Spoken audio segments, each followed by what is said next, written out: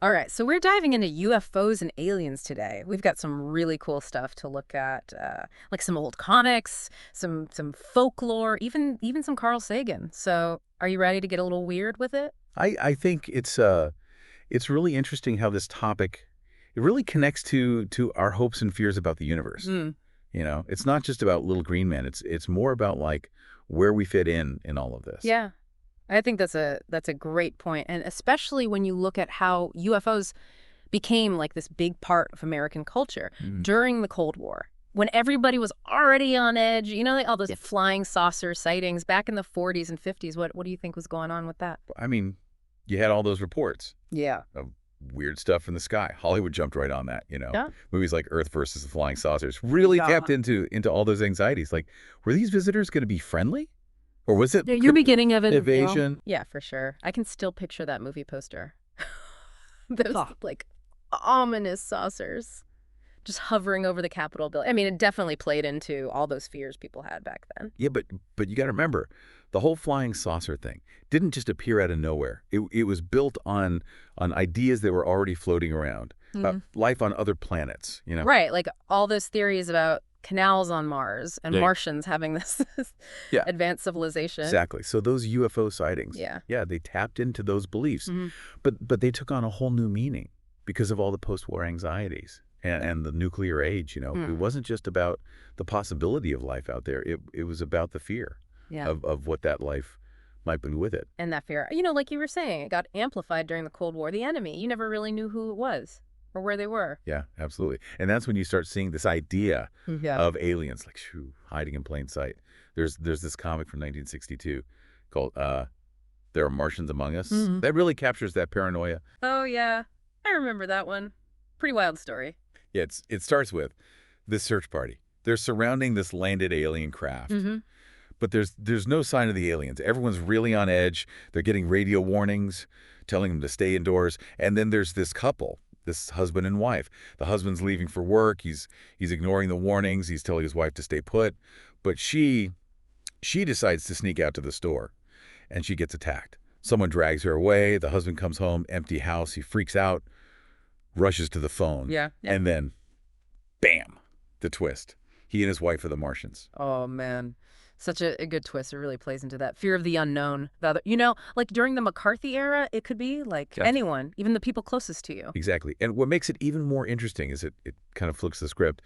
On the typical alien invasion story, like it's the humans who are the aggressors attacking the alien woman. It makes you think about who the real monster. Yeah, makes you realize how we see aliens often reflects our own fears and prejudices. But these anxieties, they weren't just in comics and movies. UFOs were like part of everyday conversation. They became part of American folklore. That's right.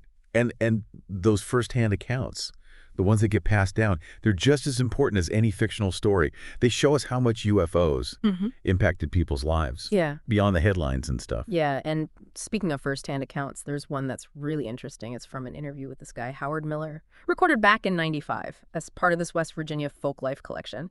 He was talking about how he was out hunting with his dogs, and he saw something he just couldn't explain. These personal stories that are woven into communities, they add a whole other layer to how we understand UFOs.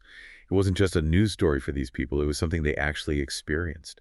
Right. He described it as this strange light, way bigger than any airplane light he'd ever seen. And it was just drifting up this hill, and then it suddenly vanished. He said, if there's any such thing as a UFO, that's what that was. Like, he wasn't saying he knew for sure, but he knew it was something unexplained. Yeah, and that's an important point. These accounts, they often show a real sense of wonder and mystery. Not necessarily a belief in aliens, but they show how powerful those experiences can be in shaping how people see things. For sure. Now let's bring in a different perspective, someone who combines science with that sense of wonder. Carl Sagan, brilliant astronomer and someone who really thought about UFOs and aliens in a really unique way. Yeah, Sagan's perspective is fascinating because he was a big advocate for the possibility of extraterrestrial life, but he was also really skeptical of UFO sightings. Yeah, like he kind of embodied both the wonder and the need for critical thinking when it comes to this stuff. In his books like Pale Blue Dot and Demon Haunted World, he really encouraged people to question extraordinary claims, to think critically about the evidence. Right, exactly. He believed that. while we should explore new ideas, even ones that seem far-fetched, we Right. should always be skeptical and test things rigorously, which makes it even more interesting that earlier in his career, Sagan actually thought about the possibility of ancient aliens visiting Earth. He even wrote an essay about it back in the 60s. Yeah, that's right. And that seeming contradiction Yeah. is something we'll get into in part 2 of our deep dive. It shows just how complex this topic can be, even for someone as brilliant as Carl Sagan. Okay, so we're back, and I keep thinking about Carl Sagan, this champion of scientific thinking, but also entertaining this idea of ancient aliens. It's kind of like a paradox, right? Yeah, it might seem that way, but if you look closer, Yeah. it actually makes a lot of sense. Sagan was a true explorer. Intellectually speaking, of course, he believed in asking bold questions, considering all the possibilities, even the ones that might seem a little out there. So it was more about keeping an open mind, Yeah. even while being, grounded in science. Exactly. That's what makes his essay from the 60s so interesting. It's called Direct Contact Among Galactic Civilizations by Relativistic Interstellar Spaceflight. Okay, wow. He wasn't saying it was fact. It was more like a thought experiment, exploring what might be possible based on, what we knew about physics and space travel back then. So he was basically saying, okay, let's entertain this idea, but let's Yeah. also be really rigorous Eh. about testing it. Precisely. And I think that's a That's fine. really valuable lesson for anyone interested in Yeah. UFOs and aliens. It's great to be fascinated by the possibilities, by the mysteries, but we also need to be discerning. We need to look for evidence and be open to the idea that some things might not have a simple extraterrestrial explanation. It's that balance, right, between wonder and skepticism that Sagan really got. Yeah. But it still leaves us with this question. How do we reconcile all those compelling stories, those firsthand accounts of UFO sightings with the lack of solid scientific proof? That's the big question, isn't it? It's been around for decades, and there's no easy answer. Some sightings Yeah. can be explained away pretty easily, like misidentified aircraft, weather phenomena, hoaxes even.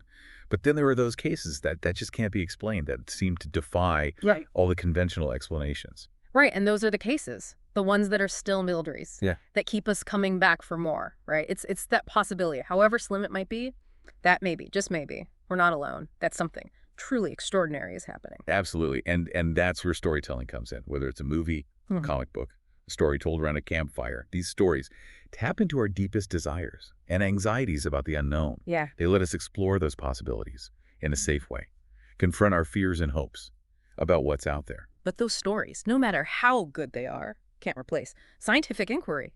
We need both, The imagination to ask big questions and the rigor to seek answers. I couldn't agree more. It's a delicate balance, but it's so essential when you're Mhm. dealing with something as complex and controversial as this. So where does all this leave us? I mean, we've explored this whole cultural phenomenon of Definitely. UFOs. We've talked about the psychology behind those beliefs, and we've even looked at Carl Sagan's seemingly contradictory views. What does all this mean for our listener? For anyone who's looked up at the sky and wondered, are we alone? That's the million-dollar question, isn't Yeah. it? And it's one that we may never have a definitive answer to, but maybe that's okay. Maybe the journey, the exploration, the questioning, the seeking, maybe that's just as important as the destination itself. Yeah, I like that. It's about embracing the wonder, the curiosity about our place in the universe.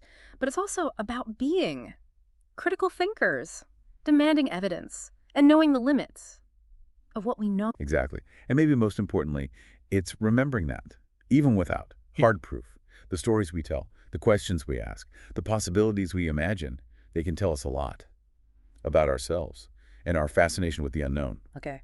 Speaking of the unknown, there's one more fascinating thread we need to pull on. A connection between UFO sightings and a specific moment in American history. Ooh, this is a really interesting one. It shows how societal anxieties can shape how we see things.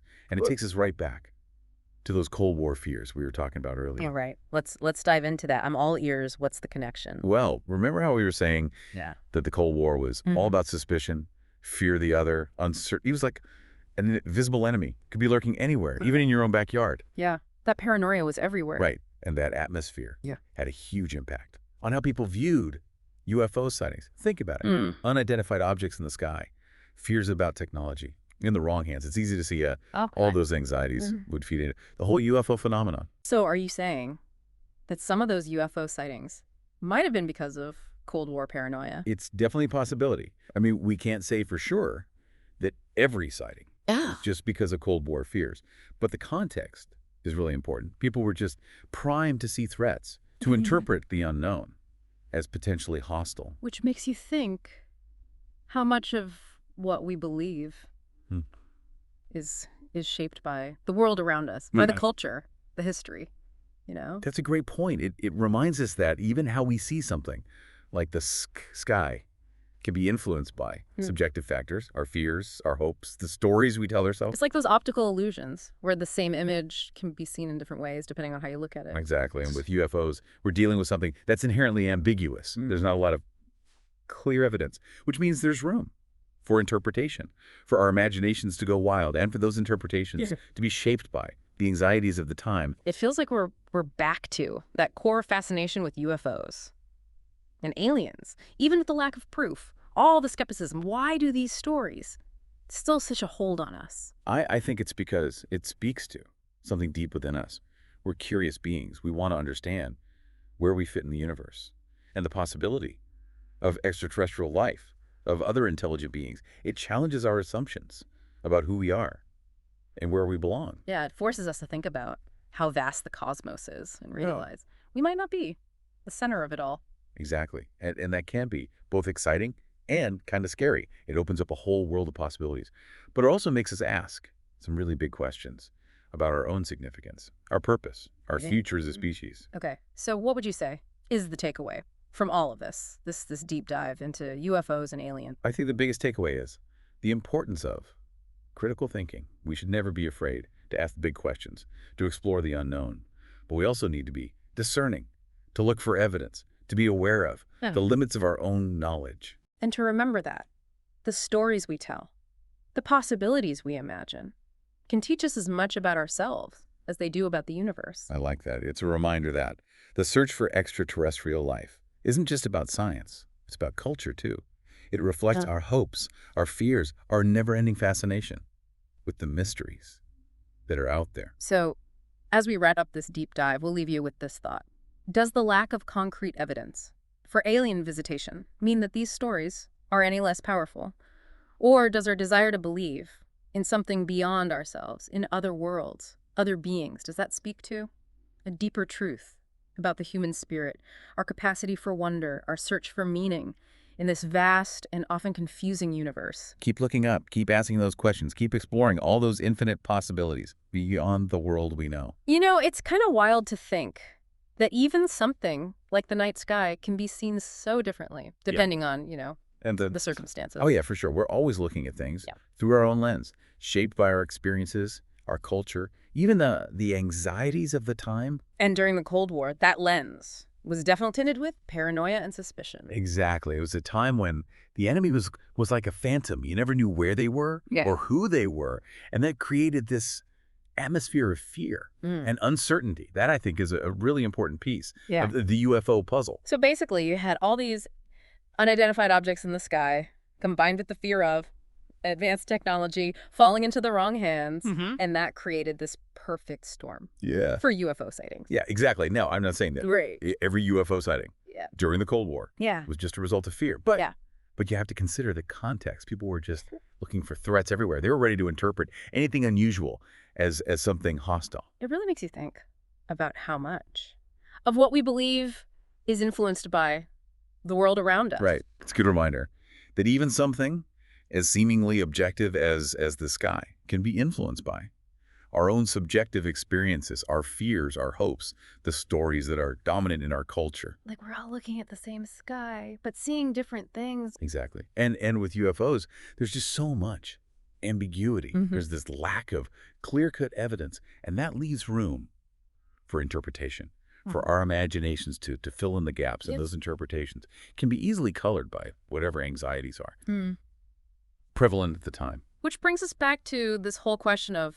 why are we so fascinated by UFOs and aliens, even with the lack of proof? Why are we still drawn to these stories? I think it's because, deep down, we're just curious beings. We have this innate desire to understand our place in the grand scheme of things and the possibility Yeah. of extraterrestrial life, of other intelligent beings out there. It challenges everything we think we know Yeah. about who we are and where we fit in. Yeah, it forces us to confront just Exactly. how vast the cosmos is and to consider the possibility that we might not be the only ones here. Exactly. And that can be a really exciting thought, but it's also be kind of scary. It opens up all these possibilities, but it also makes us question our own significance, our purpose, what it all means. So as we wrap up this deep dive, what would you say is the most important thing for our listeners to take away? I'd say the importance of critical thinking. We should always be willing Yeah. to question things, to explore the unknown, but we also need to be discerning, to look for evidence,